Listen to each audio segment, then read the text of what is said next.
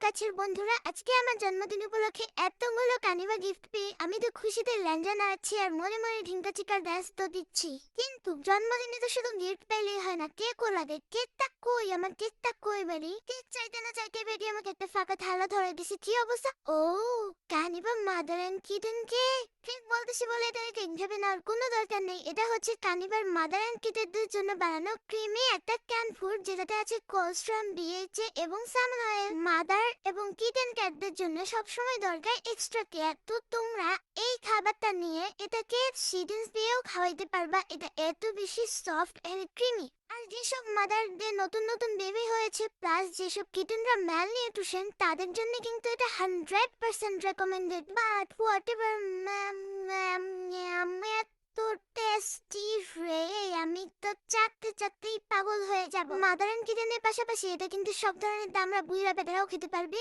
আর এটাতে আছে salmon oil, evening প্রিমারস oil, কোনো অ্যাডেড হুইট, কর্ন, গ্লুটেন নেই। তো নিশ্চিন্তে খেতে পারো। বাই।